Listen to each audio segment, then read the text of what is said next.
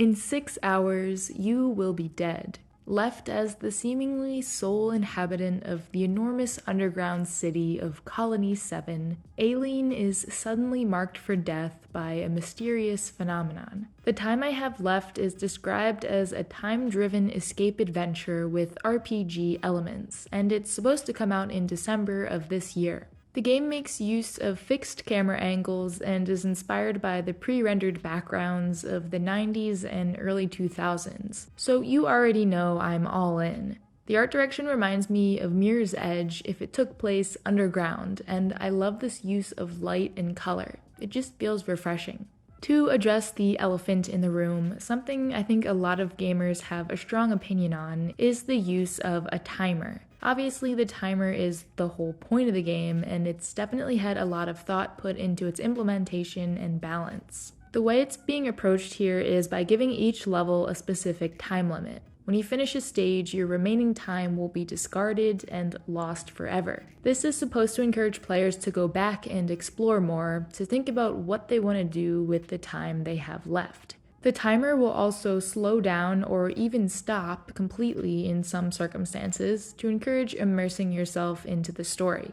This way, you can, for example, read story entries without fearing the pressure of the clock. And there will be plenty of secrets to find, since the time I have left is taking a lot of inspiration from both early survival horror titles and classic adventure games. The way that the levels are laid out, backtracking and exploring every room and corridor, and simple yet engaging environmental puzzles. There's also a combat portion to the game, which takes the form of turn-based encounters. You'll go up against weird creatures during these near-death experiences. They actually can't be killed, so instead you'll have to learn their attack patterns and make a speedy getaway before it's too late.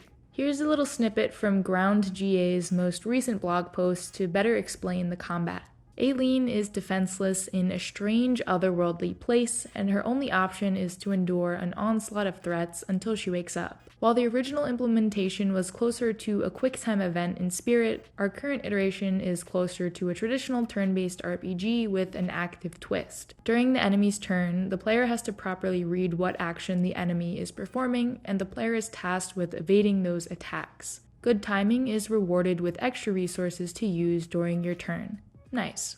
Like any game, the time I have left has gone through a lot of changes since its conception. Both the combat and exploration portions of the game have been tweaked so that they flow into each other and create a more balanced experience. Rewards from both parts of the gameplay are tied together, so if you level up either your combat or exploration skill, you'll also get a small benefit in the other area. I think that this will help these two sections feel more connected and less like two random genres just mashed together. The developer's blog poses what I thought was an interesting question. Have you ever wanted to play an old-school survival horror game because the narrative, puzzles, and exploration looked interesting, but the horror aspect made you reconsider?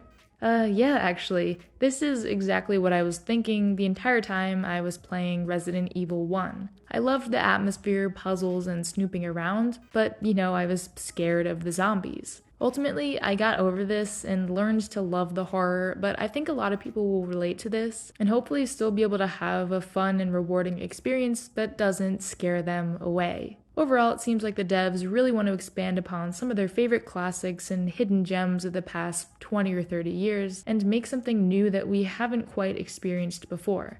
Ground GA was formed in 2020 in Barcelona by 2 people, but the team has since grown. They're now setting up their own motion capture studio and starting to post more on their blog about inspirations, art direction, and other behind-the-scenes type stuff. So definitely go read some of those entries if you want to know more, because there was a lot I ended up cutting out of this video. It seems like we should be hearing more about this one in the upcoming months, but until we do, here are some other cool indie games you might like.